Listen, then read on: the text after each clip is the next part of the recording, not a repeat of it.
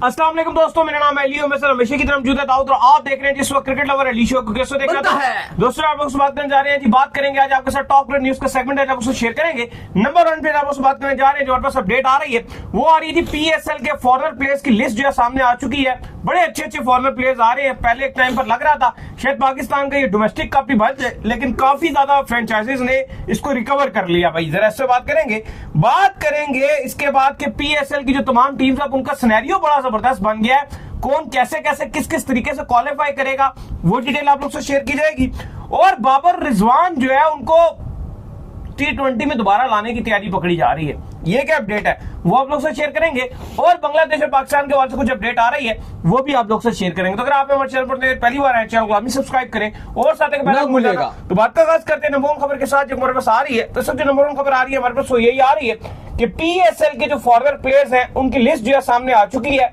कौन कौन जो है वो किस किस टीम में आएगा, बड़ी जबरदस्त किस्म की लिस्ट है, बताएं जी जरा पढ़ के। देखिए बिल्कुल, जो फ्रेंचाइजीज हैं वो लगातार अपने फॉरेन प्लेयर्स को रोल किए जा रही हैं और अब काफी सारे तकरीबन 25 खिलाड़ी हैं जो फॉरेन प्लेयर्स पीएसएल के जो रिमेनिंग मैचेस हैं उनके लिए आ चुके हैं। आपको पता है कि कल से बाकायदा तौर पर पीएसएल का आगाज हो रहा है। काफी लोग टिकट्स के हवाले से भी पूछ रहे हैं कि जो हमारे टिकट्स का था उसका क्या होगा।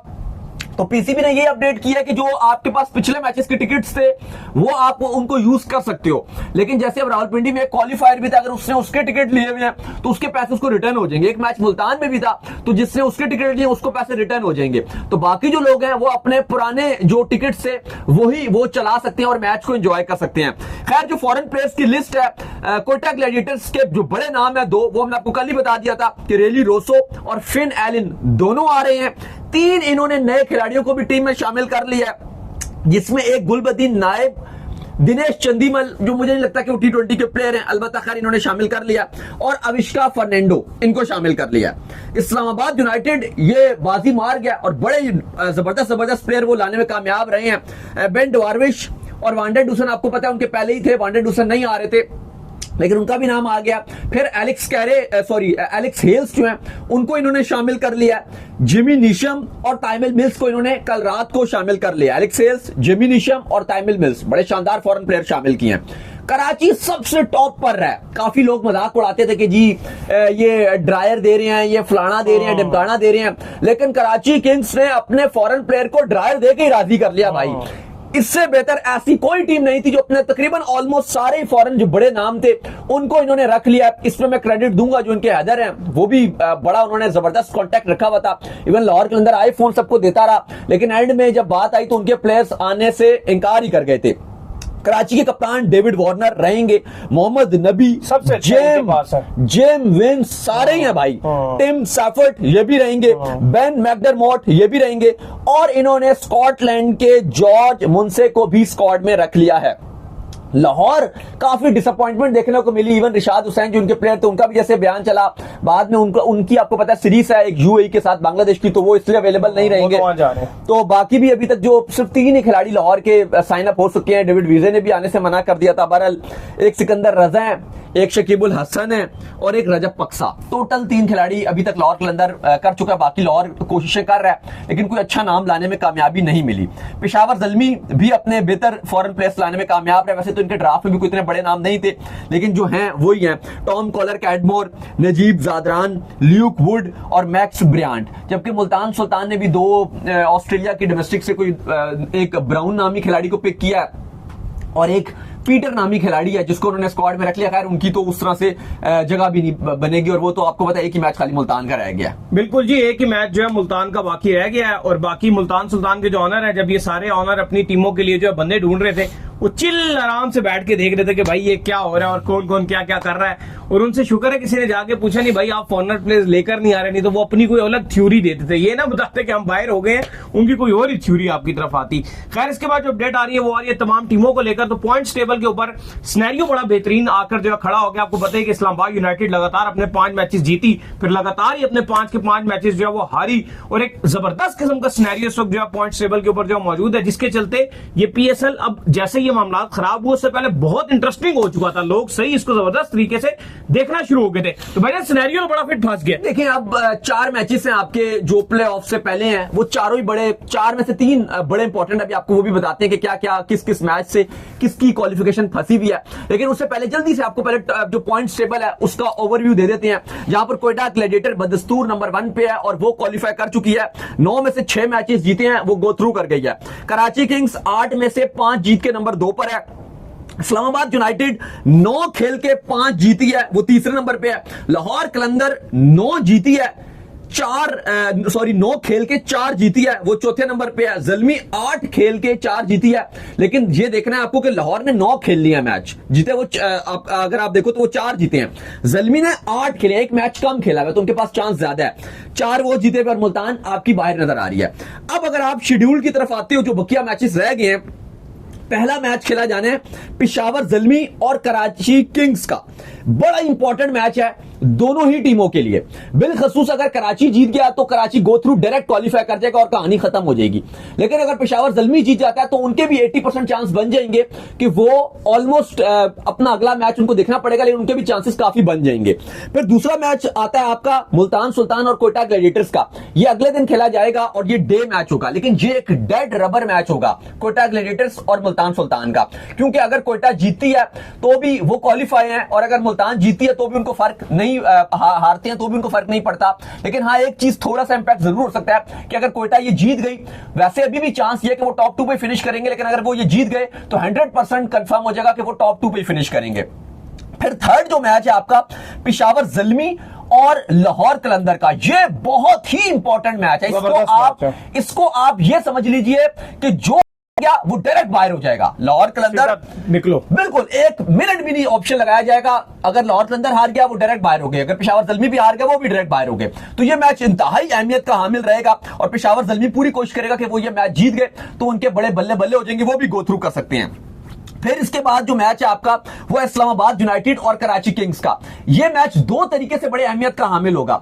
अगर तो पेशावर ज़ल्मी अपने दोनों मैच जीत गया होगा तो फिर तो इस्लामाबाद और कराची का मैच, जाहिर है अगर पेशावर जीता कराची से तो कराची भी हारा हुआ होगा मैच, तो इस्लामाबाद और कराची के मैच में बड़ा थ्रिल आ जाएगा, क्योंकि जो जीता वो क्वालिफाई कर जाएगा और जो आधा वो बाहर हो जाएगा। लेकिन अगर लेट सपोज के पेशावर अपने दोनों मैच हार गया या एटलीस्ट एक मैच लाजमी हार गया, फिर ये मैच फिर भी अहमियत का हामिल होगा, क्योंकि फिर इस्लामाबाद और कराची में से जो जीत जाएगा वो टॉप 2 में फिनिश करेगा। तो उस हवाले से जो जीतेगा उसको 2 मौके मिलेंगे फाइनल में जाने के लिए, तो इसलिए भी ये मैच अहमियत का हामिल होगा। तो ये छोटा सा हमने कहा कल से पीएसएल शुरू हो रहा है, बता तो आपको ओवरव्यू दे दे कि किस किस टीम का क्या क्या सिनेरियो है। अच्छा भाईजान, माइक हैसन जो है वो ज्वाइन करने जा रहे हैं पाकिस्तान टीम को, जैसे कल हमने आपको बता दिया गया था कि उनको जो है वो हायर कर लिया गया है। तो वो भाई साहब जो है वो आते साथ कह रहे हैं कि बाबर रिजवान को जो है मैं T20 में जो है वापसी कराऊंगा, आगे एशिया कप भी आ रहा है, फिर उसके बाद T20 वर्ल्ड कप भी आ रहा है, तो बड़े एक्सपीरियंस खिलाड़ी है, तो मैं जो है वो इनको वापसी कराने की जो है भरपूर कोशिश करूंगा T20 के अंदर और मैं इनके साथ जो है वो काम करूंगा।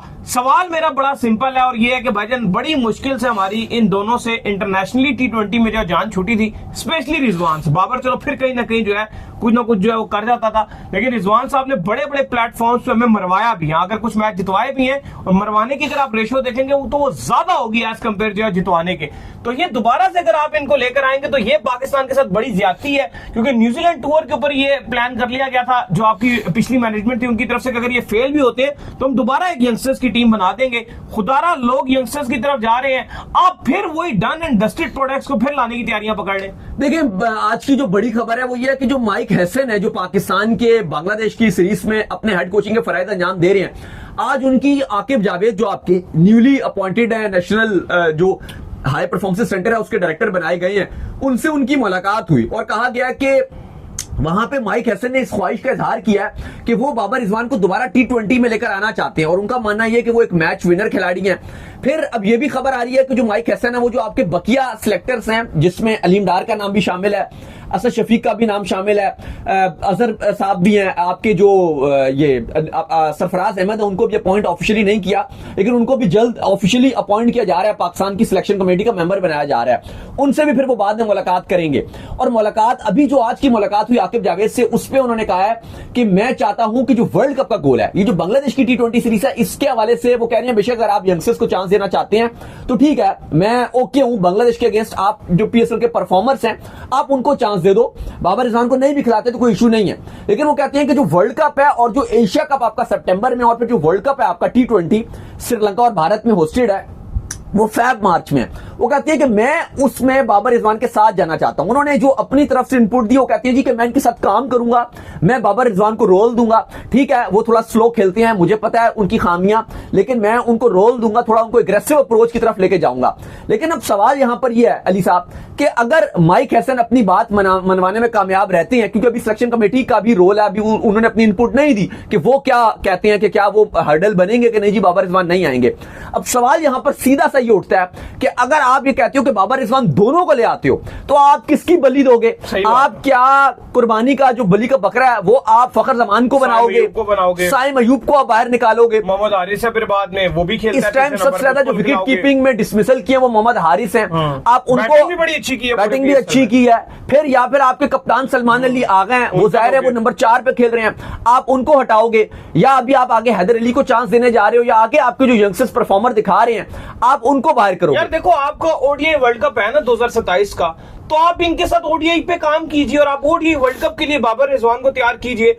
ऑलरेडी पाकिस्तान में जो है वो जब इनको बाहर किया गया तो पाकिस्तान में लोग बड़ा खुश हुए थे इस चीज को लेकर कि शुक्र है कि यार अब हमें T20 में थोड़ी एग्रेसिव क्रिकेट देखने को मिलेगी। तो ये जब भी हमको एक नई टीम बनाते हैं, एक आधी सीरीज हारते हैं और उसके फौरन बाद कोई कोच मोच तब्दील होता है और फिर वही दोबारा वापसी कर देते हैं। और भाईजान ये एक बात याद रखिएगा माइक हसन, अगर आप जो है, आपको उर्दू तो जारी बात है समझ नहीं आएगी, लेकिन आप अगर इन दो को लेकर आएंगे ना तो ये दो आपको बाहर ले जाएंगे, ये भी याद रखिएगा। ये डायरेक्टली क्या करते हैं, थोड़े दिनों के बाद ये डायरेक्टली कोच पे वार करते हैं। आकिब जावेद की एग्जांपल आपके सामने, जब ये खुद फेल होते हैं, स्पेशली रिजवान साहब, फिर कोच का सफाया हो जाता है। अच्छा देखो, अगर आप वैसे मैच पॉइंट ऑफ व्यू से वर्ल्ड कप के हवाले से बात करो, आपका एशिया कप में है, दुबई में है, अगर आप ये सोच रखते हो कि आपने इनको लेकर जाना है, तो देखो अब बात ये है कि आप एक लेकर जा सकते हो। बाबर है ना यार, अगर आप लेके भी जा सकते हैं तो वो बाबर, लेकिन मुश्किल भी थोड़ा मुश्किल है कि फिर आपको क्या नंबर देना। फिर राइट बात, आप हारिस को बाहर कर दोगे? नहीं, हारिस तो विकेट कीपिंग करेंगे ना, वो हारिस तो होंगे। फिर आप फखर या साइम में से बाहर करोगे क्योंकि ओपनिंग कराओगे। अब आप चलो, अगर आप साइम और फखर को ओपन करा के बाबर को आप 3 पे खिला सकते हो। देखो, एक में खिलाने में अगर आपकी कोई मुश्किल कंडीशन है, अगर आप श्रीलंका में प्रेमदासा में खेल रहे हो, वहां पे अक्सर आपको स्पिन कंडीशन मिल जाती है, शदाब शुदूब बाहर हो सकते हैं, और चलो वो आप एक को आप एडजस्ट कर सकते हो। देखो T20 में ना आप 2-1, देखो T20 में मैं कभी भी ये नहीं कहूंगा कि चलो आप सारे एग्रेसिव खिला लो और आपकी एकदम सिर्फ टीम बैठ जाए। चलो आप ये भी डिसीजन ले सकते हो अगर आप लेना चाहो तो, अगर आप मुतबादिल रह के चलो तो आप बाबर को फिर भी एडजस्ट कर सकते हो। तो ये दोनों इकट्ठे तो ना लाओ। लेकिन अब आप ये कैंपेन चला रहे हो जी कि बाबर रिजवान दोनों को ले आओ। अब देखो, रिजवान है ना इस टाइम PSL में हाईएस्ट रन स्कोरर है, इस टाइम 363 रन बनाए हैं। लेकिन सवाल यहां पर यह है कि जहां पर 240 रन बनना था जिस पिच में, वहां पर रिजवान 180 स्कोर को लेकर जाने के अप्रोच से ओपनिंग कर रहे हैं। फिर वहां पे रिजवान ने, जहां पे टीम गेंदें खेल रही है पूरी, वहां पे रिजवान 60% गेंदें खुद खेल रहे हैं। ऐसा ही। अब आप देखो ना, जो एक प्लेयर T20 में 60% मैच की जो गेंदें वो खेल रहा है, तो फिर ये उसकी रिस्पॉन्सिबिलिटी है कि वो जितवाए। अगर आप 0 पे आउट हो जाते हो तो आपको ब्लेम नहीं जाएगा, क्योंकि आपको भाई बाकी 10 क्या कर रहे थे। आप ये सवाल पूछ सकते हो ना कि भाई मैंने कुछ नहीं किया, बाकी 10 ने क्या किया। लेकिन अगर आप 6 प्लेयर की जितनी गेंदें खुद खेल जाओ तो फिर आपसे सवाल पूछा जाएगा कि भाई आप हर मैच में आप ही खड़े हुए थे, हर मैच में आपने तो किसी को मौका ही नहीं दिया। बाकी तो 20 बॉलों पे आखिर में आए तो वो तो 16 ओवर के बाद हिट करते करते आउट हो रहे थे, आपने पूरा मैच खेला है। वो सवाल बनता है, क्योंकि रिजवान जितवाने में कामयाबी बिल्कुल उनको नहीं हुई। रन उन्होंने बनाए, मैंने जैसे आपको बताया सबसे ज्यादा रन उनके ही बने हुए हैं। लेकिन अगर आप बाद में देखो तो साहबजादा फरहान या फखर जमान नजर आ रहे हैं, उन्होंने मैच विनिंग नॉक्स खेली हैं, उन्होंने जो स्कोर बनाए उनकी टीमें जीती हैं। ये डिफरेंस है। तो अगर आप ये वर्ल्ड कप के लिए अगर आप ये सोच भी रहे हैं माइक हैसन, चलिए अगर आप उनकी सोच देखिए कि अगर वो सोच रहे हैं कि श्रीलंका में है और दुबई में है और मैं रखना चाहता हूं, तो आप एक को लेके जा सकते हो, बाबर को आप रख लो एक को। वो भी आप देखो कि कंडीशन अगर आपको ऐसी मिल रही है जहां पे आपको लगता है कि स्लो विकेट हो गया है, क्योंकि जैसे एशिया कप भी इस बार लंबा है, 20 मैचेस हैं, 8 टीम्स हैं, तो अगर आपको लगता है कि जैसे मिडिल पोर्शन में चले जाते हैं और विकेट्स बड़े स्लो हो जाते हैं, तो वहां पे आप एक टेक्निकली साउंड बाबर को रख सकते हो कि चलो गेम को चला सकता है। लेकिन ये आप नहीं कर सकते कि दोनों को एडजस्ट कर दो। फिर वही होगा जो पिछले 5-6 आईसीसी इवेंट में हो रहा है कि हम बैठे होते हैं, रो रहे होते हैं, इवेंट्स के अंदर मौजूद होते हैं, ग्राउंड के अंदर होते हैं, कभी ग्राउंड के बाहर होते हैं, मैं और अली साहब, और हाल आपके सामने होता है। तो माइक हैसन को थोड़ी सी स्ट्रेटजी डिफरेंट बनानी पड़ेगी। अगर वो दोबारा वो अपनी जैसे वो इस्लामाबाद की तरफ से बनाते हैं यार, एग्रेसिव टीम खिलाते हैं, उस सोच के साथ उनको जाना पड़ेगा। खैर इसके बाद जो अपडेट आ रही है वो आ रही है बांग्लादेश और पाकिस्तान के हवाले से अपडेट आ रही है, और अपडेट जो है बांग्लादेश और पाकिस्तान के हवाले से जो है वो ये आ रही है कि भाईजान इनकी जो सीरीज है उसके हवाले से जो बांग्लादेश का क्रिकेट बोर्ड है उन्होंने लेटर लिखा था गवर्नमेंट को, और गवर्नमेंट से अप्रूवल उन्होंने मांगी थी, तो गवर्नमेंट से जो उनको ग्रीन सिग्नल है वो मिल गया है, और उन्होंने ये बता दिया कि भाई ये टूर जो है वो अब इसी तरह रहेगा जिस तरह पाकिस्तान 27 से इस मैच का आगाज करवा रहा है। तो बांग्लादेश इस हवाले से ओके और वो अपनी तैयारियां पकड़ रहे हैं। बाकी ऑफिशियल जो लेटर है वो कह रहे हैं कि बस वो ऑन वे है, आज या कल में वो लेटर जो है बांग्लादेश के पास पहुंच जाएगा, जिसके चलते ये टूर जो अब इंशाल्लाह बड़ा स्मूथली हो पाएगा। देखिए बिल्कुल, कल भी हमने बात की थी कि बांग्लादेश क्रिकेट बोर्ड के जो चेयरमैन थे वो इस बात पे ही बात कर रहे थे कि हमें गवर्नमेंट से ग्रीन सिग्नल मिल जाएगा, और दो पोर्शंस रखे हुए हैं जो बांग्लादेश क्रिकेट बोर्ड है। पहला ये कि हम गवर्नमेंट से ग्रीन सिग्नल लेंगे क्योंकि पाकिस्तान इंडिया के जो मामला थे तो वो तो उनको बता भी दिया और ऑफिशियली लेटर भी कहा कल तक मिल जाएगा। सेकंड हाफ में जो सिलेक्शन कमेटी है वो खिलाड़ियों से पूछेगी कि आपको कोई इशू तो नहीं है, और उसके बाद अगर कोई एक आध खिलाड़ी को इशू हुआ तो कहा गया कि हम उसकी रिस्पेक्ट करेंगे और उसको चेंज कर देंगे। तो आई होप कि जितने खिलाड़ी हैं लितन दास की कप्तानी में आ रहे हैं वो सबके साथ आएंगे और कोई इशू नहीं होगा। और अगर इशू नहीं होता तो बांग्लादेश आपको पता है अभी उनकी पहले शारजा में 2 T20s हैं यूएई के साथ, और फिर वो डायरेक्ट पाकिस्तान आ जाएंगे, और पॉसिबल है कि 27 तारीख से इस सीरीज का आगाज हो जाएगा। तो उम्मीद करते हैं आज का शो आपका क्वेश्चन ऐप वीडियो को लाइक कीजिए, हमारे चैनल को सब्सक्राइब कीजिए, साथ में बेल आइकन को बजाइए। एक और काम कर लीजिए और वही कर लीजिए, इंस्टाग्राम के ऊपर आप जाइए और जाकर इनको फॉलो इंस्टाग्राम पे मुझे फॉलो कर लीजिए, वहां पे मैं मौजूद हूं, दाऊद क्रिकेट के नेम से। अगर आपको कोई सवाल हो तो भेजिएगा और इनको भी फॉलो कीजिए। मुझे फॉलो कीजिए, मैं मौजूद क्रिकेट लवर ऑफिशियल के नाम से लिंक डिस्क्रिप्शन में मौजूद है, जाइए फॉलो कीजिए। अल्लाह हाफिज़, बाय बाय। रखिएगा अपना।